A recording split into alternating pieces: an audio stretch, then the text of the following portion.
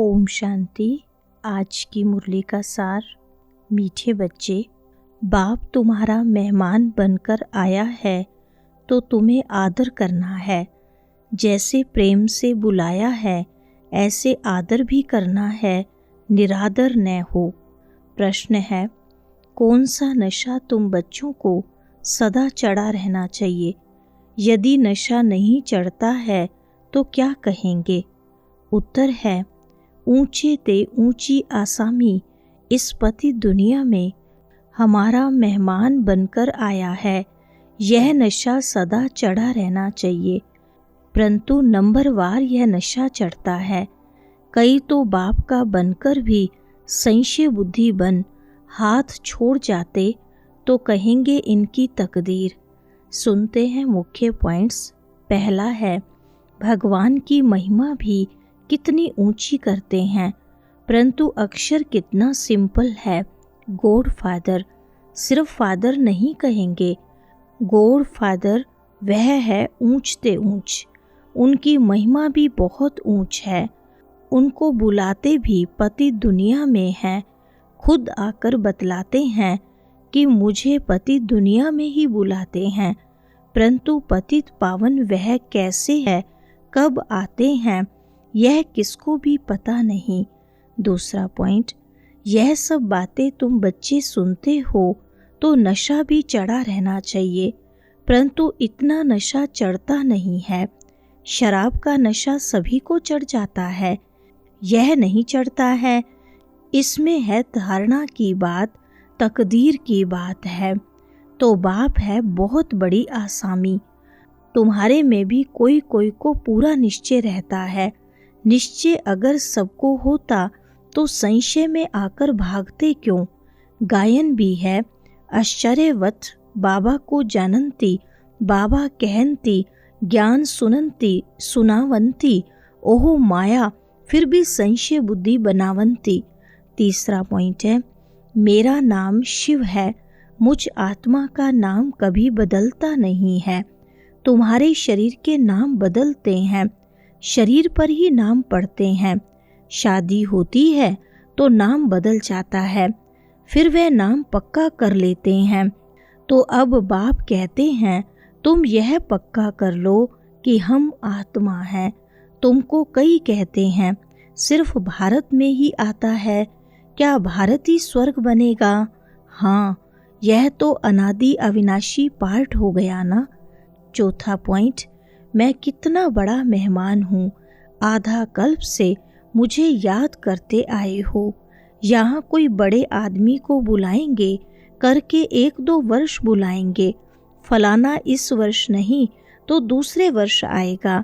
इनको तो आधा कल्प से याद करते आए हो।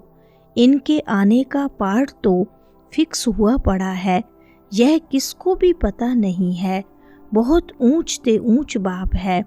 मनुष्य बाप को एक ओर तो प्रेम से बुलाते हैं, दूसरी ओर महिमा में दाग लगा देते हैं। वास्तव में यह बड़े ते बड़ा गेस्ट ऑफ ऑनर है। पांचवा पॉइंट, कितनी हाईएस्ट अथॉरिटी है। बुलाते भी बहुत प्रेम से हैं, परंतु हैं बिल्कुल बुद्धू। मैं ही आकर अपना परिचय देता हूँ कि मैं तुम्हारा फादर हूँ। मुझे गॉड फादर कहते हैं। जब सब रावण की कैद में हो जाते हैं तभी बाप को आना होता है, क्योंकि सब हैं भक्तियाँ अथवा ब्राइड्स, सीताएं। बाप है ब्राइड्स ग्रूम राम। एक सीता की बात नहीं है, सब सीताओं को रावण की जेल से छुड़ाते हैं। यह है बेहद की बात। छठा पॉइंट, मैं ही आकर अपना परिचय देता हूँ और सृष्टि चक्र का राज समझाता हूँ। किसको भी न मेरी पहचान है, न ब्रह्मा न विष्णु शंकर की, न लक्ष्मी नारायण की, न राम सीता की पहचान है। ऊंचते ऊंच एक्टर्स ड्रामा के अंदर तो यही है तो मनुष्य की बात। कोई 8-10 भुजा वाले मनुष्य नहीं है। विष्णु को 4 भुजा क्यों दिखाते हैं? रावण के 10 शीश क्या हैं, यह किसको भी पता नहीं है। 7वां पॉइंट, बाप ही आकर कहते हैं मैं हूँ बड़े ते बड़ा गेस्ट, परंतु गुप्त।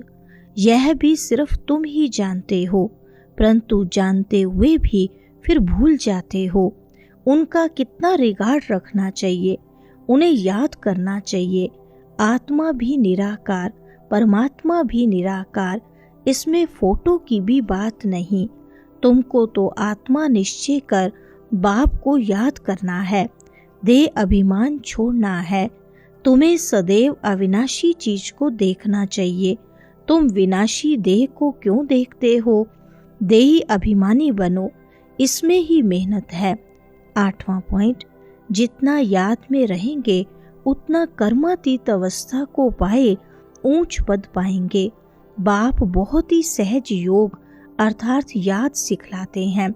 योग तो अनेक प्रकार के हैं, याद अक्षर ही यथार्थ है। परमात्मा बाप को याद करने में ही मेहनत है। कोई विरला सच बताते हैं कि हम इतना समय याद में रहा, याद करते ही नहीं हैं तो सुनाने में लज्जा आती है।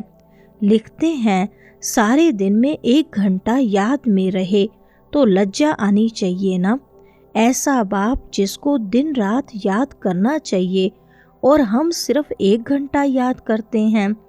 9वां पॉइंट, मुझे बुलाते हैं, वर्ष वर्ष शिव जयंती मनाते हैं। जो होकर जाते हैं तो उनकी वर्ष वर्ष वर्षी मनाते हैं। शिव बाबा की भी 12 मास बाद जयंती मनाते हैं, परंतु कब से मनाते आए हैं यह किसको भी पता नहीं है। सिर्फ कह देते हैं कि लाखों वर्ष हुए।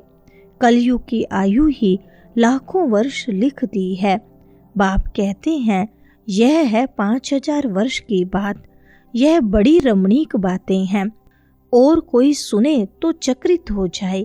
10वां पॉइंट, बच्चों को हमेशा समझना चाहिए हमको शिव बाबा की श्रीमत मिली है। अगर कोई उल्टी बात भी हुई तो वह सुलटी कर देंगे। यह अटूट निश्चय है तो रेस्पॉन्सिबल शिव बाबा है। यह ड्रामा में नूंद है। विघ्न तो पड़ने ही हैं, बहुत कड़े कड़े विघ्न पड़ते हैं। अपने बच्चों के भी विघ्न पड़ते हैं। कई बच्चे समझते हैं यह ब्रह्मा बाबा मत देते हैं, परंतु नहीं, शिव बाबा ही रिस्पॉन्सिबल है। परंतु देह अभिमान है तो घड़ी घड़ी इनको ही देखते रहते हैं। 11वां पॉइंट, ये खुशी की बात सबको खुशी से सुनानी है। जो पूरे पास होते हैं उनका ही अतीन्द्रिय सुख गाया हुआ है। जो रात दिन सर्विस पर तत्पर हैं, सर्विस ही करते रहते हैं, उन्हें बहुत खुशी रहती है। तुम बच्चों को आत्माभिमानी हो रहना है, इसमें ही मेहनत है।